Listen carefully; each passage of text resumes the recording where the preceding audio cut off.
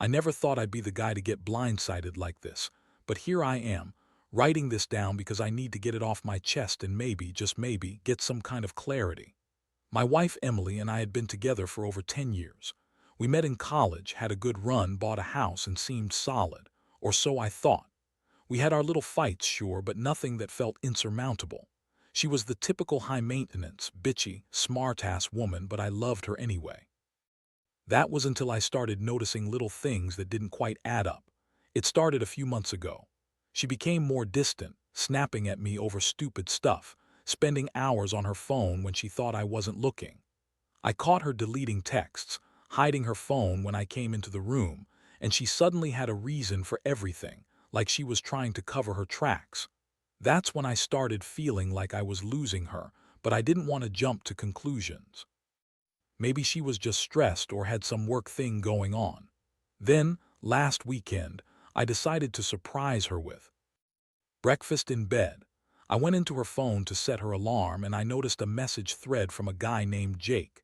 It was casual at first, but then I saw things that made my stomach turn. They were talking about meeting up, about how he loved her, how she was the most beautiful woman he'd ever seen. The tone was flirty, intimate. My hands shook. I scrolled further and there were pictures, naked selfies I guess she thought were private, she sent him. I couldn't believe it. Emily, my wife, was cheating on me with our own sustainable living consultant.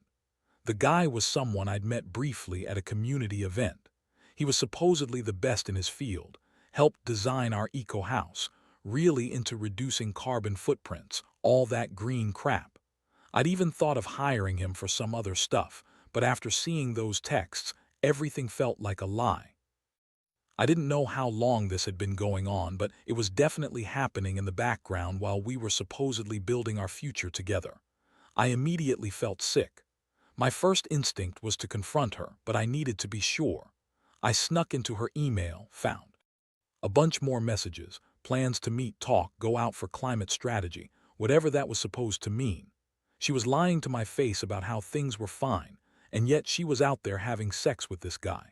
I couldn't believe how easily she lied, how quick she was to dismiss my concerns when I asked if she was seeing someone else.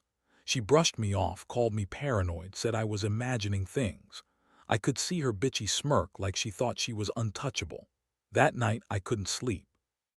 My mind was racing. How long had she been doing this? Did she even love me anymore? Or was I just a convenience, someone to keep the facade going while she fucked her eco-buddy? The betrayal cut deep. All those years of trust, all the plans, the dreams about our future, gone in an instant. I kept replaying her words, her lies, and I felt this boiling rage inside me. I wanted to hurt her back, to make her feel the way she made me feel. But I also knew I had to be smart about it. The first step was confronting her, but I wasn't ready yet.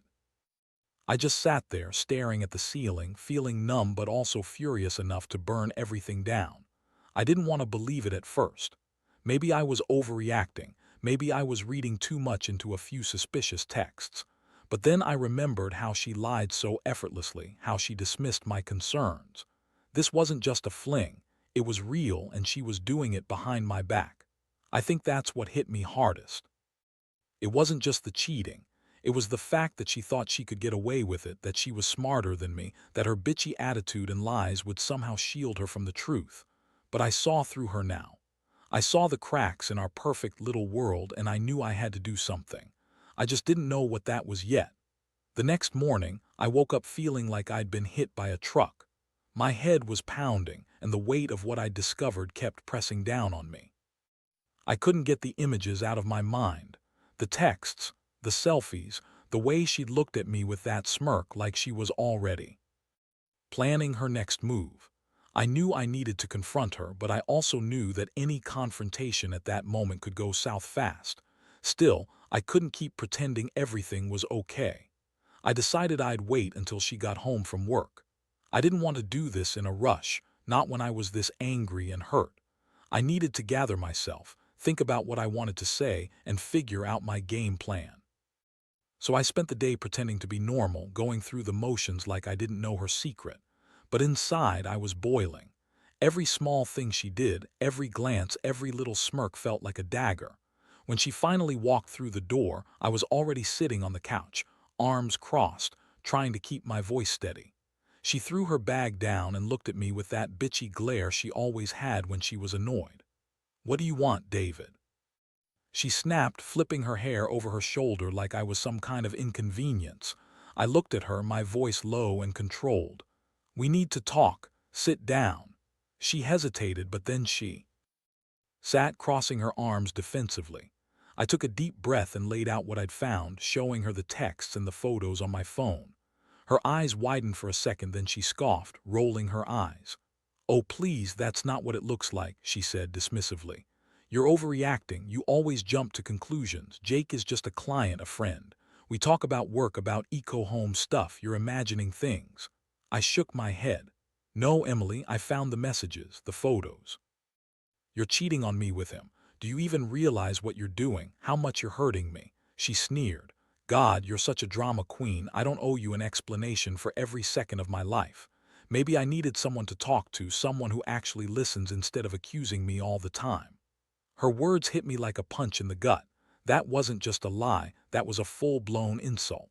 I felt my fists clench, but I kept my composure. "You lied to me, Emily. You lied about your job, about your plans. You lied about us. And I found out you've been sleeping with Jake. How long has this been going on?" She looked away, shrugging. "I don't owe you anything. Maybe I was bored. Maybe I needed some excitement. You think I'm just some perfect wife. Please, you're boring. Always working, always pretending to care about the environment but not about me." At that point, I was furious. The betrayal, the lies, the way she dismissed everything. I felt like I'd been hit in the stomach every second. I wanted to scream, to shake her, to make her see what she'd done. Instead, I just said, "You're done. I want you out of the house." She looked at me with this angry, defiant glare. "Fine, leave then. I don't need you. I don't need your stupid eco projects or your stupid rules. I can do better without you." Those words shattered me even more. She was so quick to throw everything away like I meant nothing.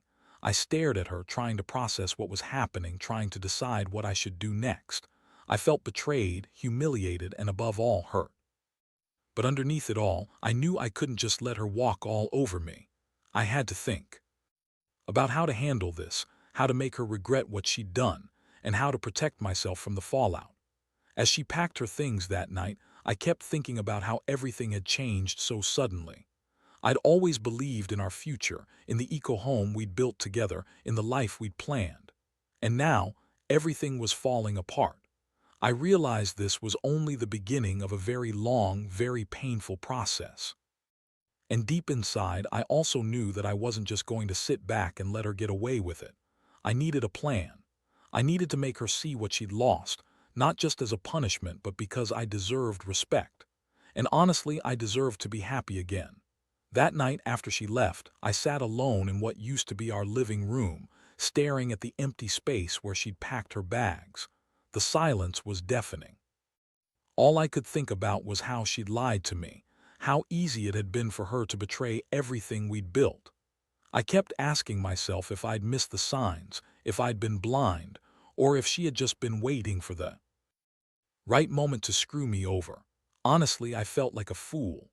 But underneath the pain and anger, a dark thought started forming, a plan, maybe even a way to get some kind of revenge. I wasn't the type to lash out blindly, but I knew I couldn't just let her walk away like that without consequences. No, I needed to even the score somehow. But I also had to be smart. I'd been around enough to know that acting impulsively would only come back to bite me later. The first thing I did was dig into Jake's background more. I found out he was hired to help with the eco-home because Emily had mentioned him in passing. I also learned he was divorced, a bit of a player and kind of cocky about his work. Great. Just what I needed. I realized that if I went after him directly, I'd just look petty, and that wouldn't give me any satisfaction. Instead, I started thinking about how to use what I knew about their relationship, their secrets, their lies to my advantage. Next, I remembered something Emily had said during one of our arguments. She called herself too smart to get caught.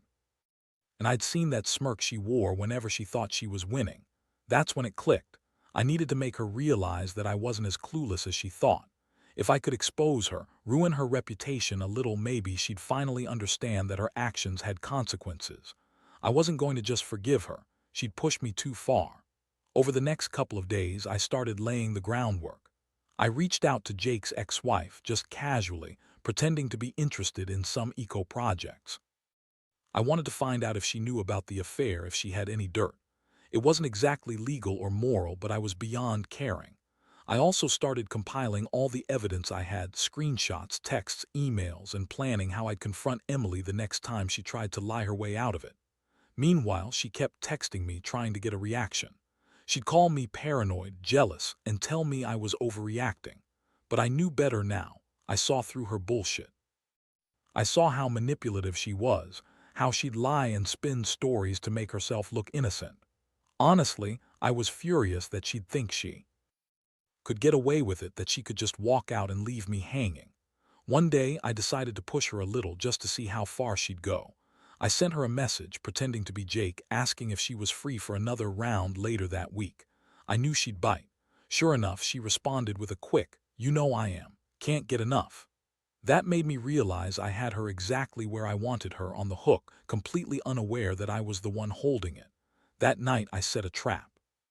I sent her a fake email pretending to be someone from her workplace, warning her that her affair had been discovered by the company. I told her they were planning to confront her at the upcoming staff meeting and that she needed to be prepared. Her response? Panic. She started texting me, begging me to delete the email, saying it was a misunderstanding. That was the point of no return. I knew she was panicked and I had her attention. She was starting to see that I wasn't as blind or as naive as she thought. I felt a strange mixture of satisfaction and emptiness. Part of me wanted to make her suffer, to see her squirm like she made me do. But another part knew that this wasn't just about revenge. It was about finally reclaiming some control.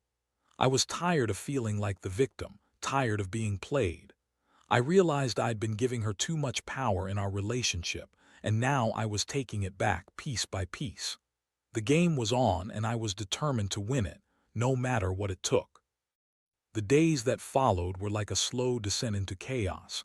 I kept up my little scheme, watching her reactions grow more frantic by the minute. Every time she got a text or a call, I could see her tense up, her bitchy facade cracking just enough for me to notice. I was playing it cool, acting like I wasn't paying attention, but inside I was carefully orchestrating everything. I knew the moment to strike was coming, and I had to be ready. One afternoon, I got an unexpected call from an old friend, someone I hadn't spoken to in years. Out of curiosity, I took the call in the other room. Turns out, he'd recently been hired as an investigator for a private firm. I didn't tell him everything, but I gave him enough details to understand what I was after. I asked if he could do a little digging on Jake, see if he had any shady past or ongoing affairs with other women. Money exchanged hands quietly, and I felt a strange sense of relief knowing someone else was helping me dig into the dirt. Meanwhile, I kept a close eye on Emily. She was spiraling, I could tell. She was still trying to pretend everything was fine, but her texts became more frantic, more desperate. She started accusing me of spying, of invading her privacy, but I only played along. I wanted her to think she was winning, to believe she had the upper hand, just long enough for me to strike back with full force. Then, the moment I'd been waiting for arrived. I got an anonymous tip that Emily's company was indeed planning to confront her about her affair at the upcoming staff meeting, just as I had predicted. I kept that information to myself, watching her panic grow. She started calling her boss, trying to sweet-talk her way out of trouble, but I knew better. I had already sent the fake email, and her reaction confirmed she believed it. She was convinced her career was about to blow up, that her entire reputation was on the line. That night, I decided it was time. I sent her a message, pretending to be Jake.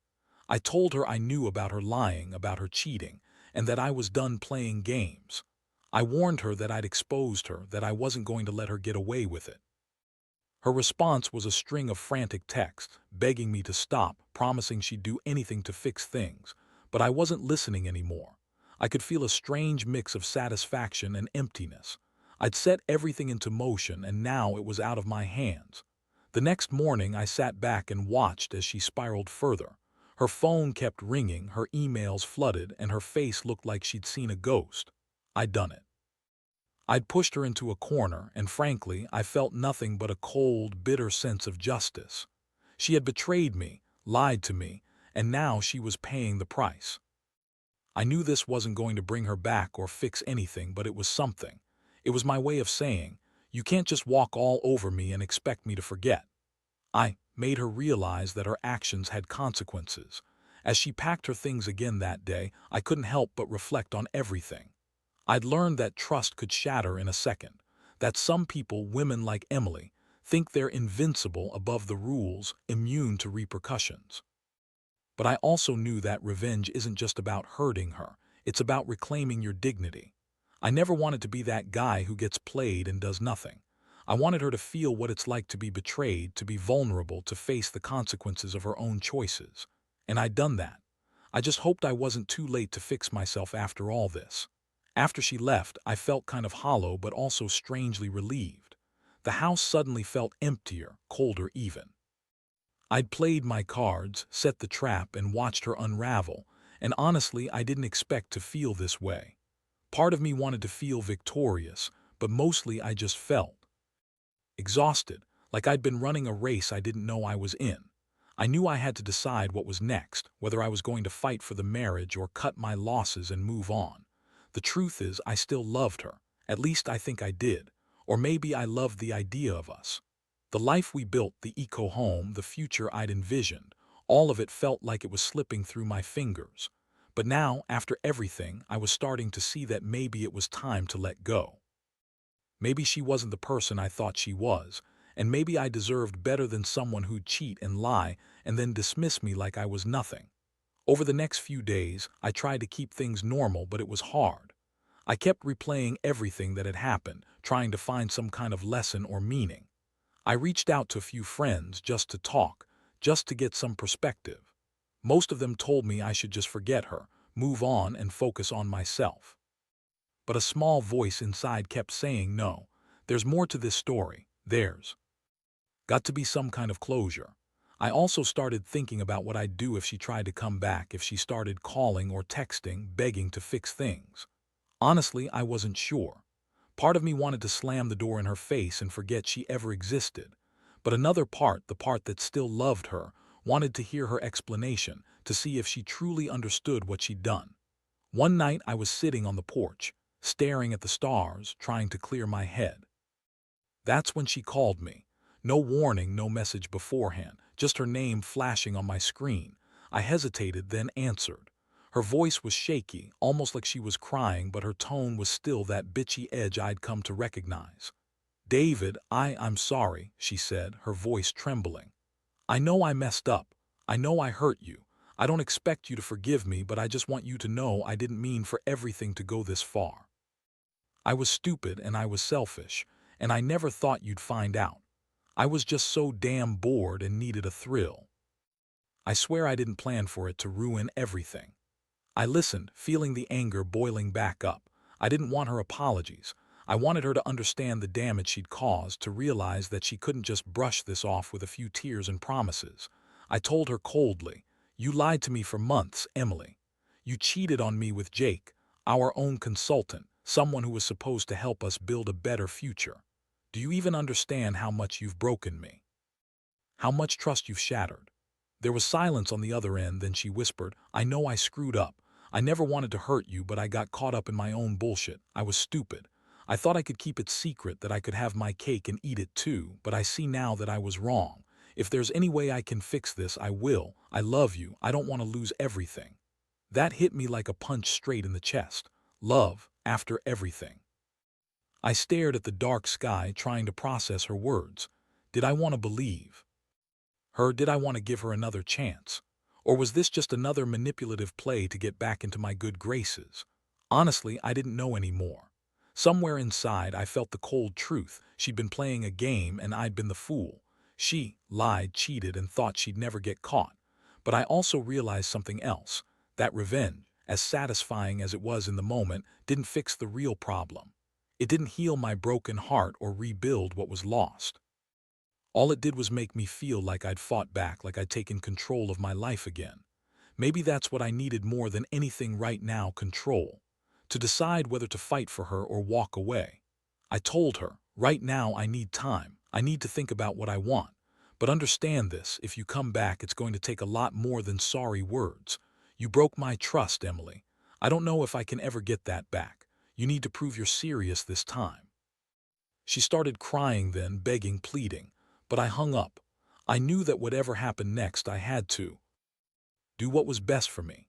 For once, I had to put myself first. I'd spent so much time trying to fix what was broken, trying to save a sinking ship. But maybe some things are beyond repair. Maybe the only thing left is rebuilding from scratch, if I even want to. I just hoped that whatever I decided, it would be the right choice. In the days that followed her call, I stayed quiet, mostly just watching her disappear further into her own chaos. I didn't respond to her texts or calls. Honestly, I wasn't sure anymore if I even wanted to hear her voice or see her face.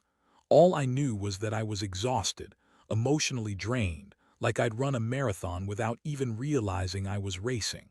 I'd played my hand, I'd exposed her, and I'd lost a lot of trust in the process. But somehow, I also felt a strange sense of clarity. I spent a lot of time reflecting on what had happened, trying to piece everything together. I realized that I'd spent years giving her everything, my love, my trust, my future, only to get betrayed in the worst way possible.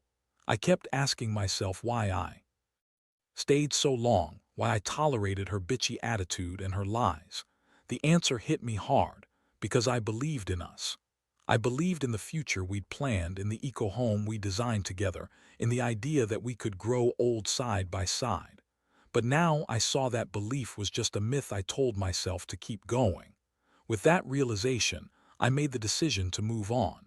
Not because I wanted to forget her, but because I deserved better. I deserved someone who wouldn't cheat and lie, someone who valued honesty over bullshit. I knew she was never going to change, not really.